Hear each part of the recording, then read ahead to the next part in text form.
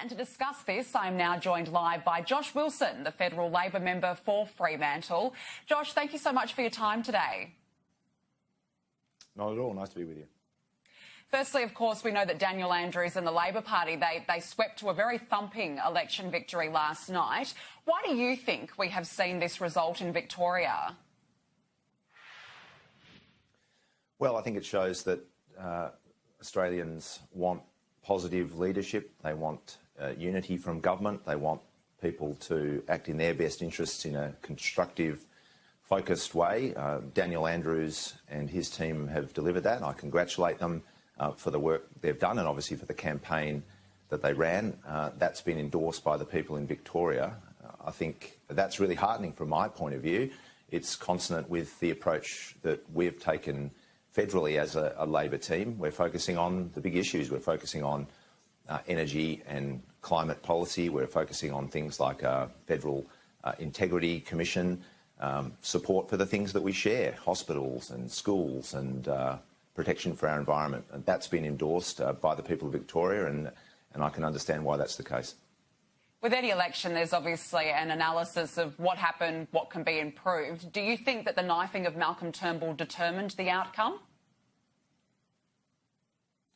I don't think it determined the outcome, but it's clearly fed into the way that people are looking at politics. They're sick to death of that sort of internal division and infighting. It's plagued the current federal government. As a result, we've had 5 years of very little in terms of constructive achievement. People want something more from all of us as representatives and obviously from their government. So I think there's no doubt some aspect of the sort of the federal division and infighting and bloodletting that has played out in Victoria. But on the whole, I think it's an endorsement of Daniel Andrews and his team and their approach. Daniel Andrews said in his victory speech last night that Victoria is the most progressive government in the nation. What do you think he means by this? I mean, we look at the last 12 months in Victoria, we've seen assisted dying legislation introduced, safe injecting rooms. Is it fair to say that the Labor government there has perhaps been more bold compared to other Labor governments around the rest of the country? Well, I think Daniel Andrews has done a very good job. You know, he's been a steady leader. He's set out his agenda and the agenda of his team very clearly and then gone out and achieved it. So they're entitled to feel some satisfaction with the result yesterday. I'm a Western Australian.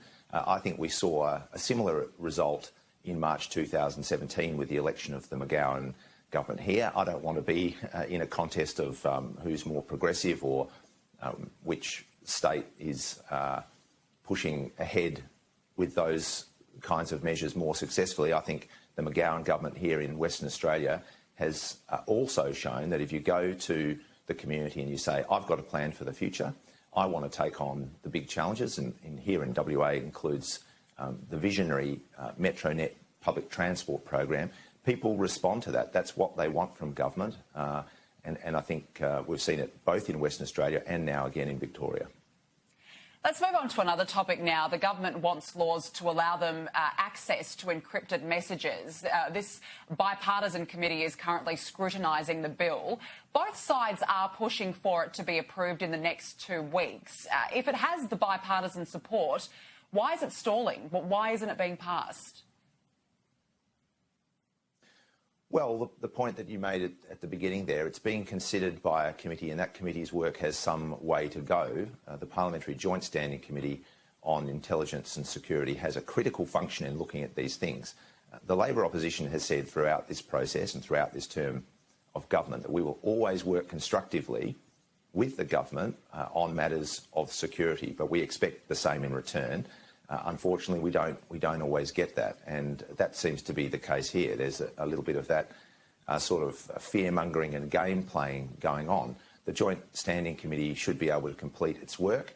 So far in this term of Parliament, when it's had that opportunity, it's made something like 200 recommendations. Those recommendations have all been accepted. They've all made vital improvements to this kind of legislation. Now, that needs to happen here.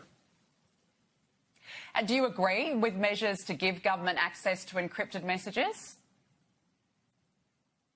Well, you've got to look at the detail of these things. That's why the committee exists. So there's always a balance to be struck. We want our law enforcement and intelligence agencies to be in the best position to keep Australians safe.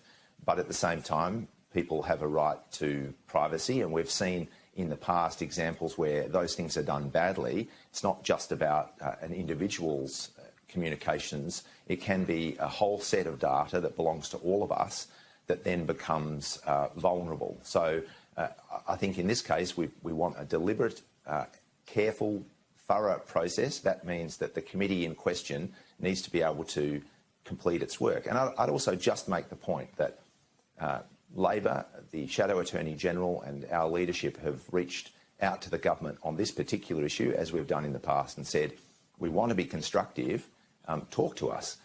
But that hasn't been the case. And unfortunately, I suspect that we're going to see from Mr Dutton and the current government, out of their desperation in their present circumstances, a return to that kind of scaremongering, dog whistling, political game playing that they probably feel is all they have left.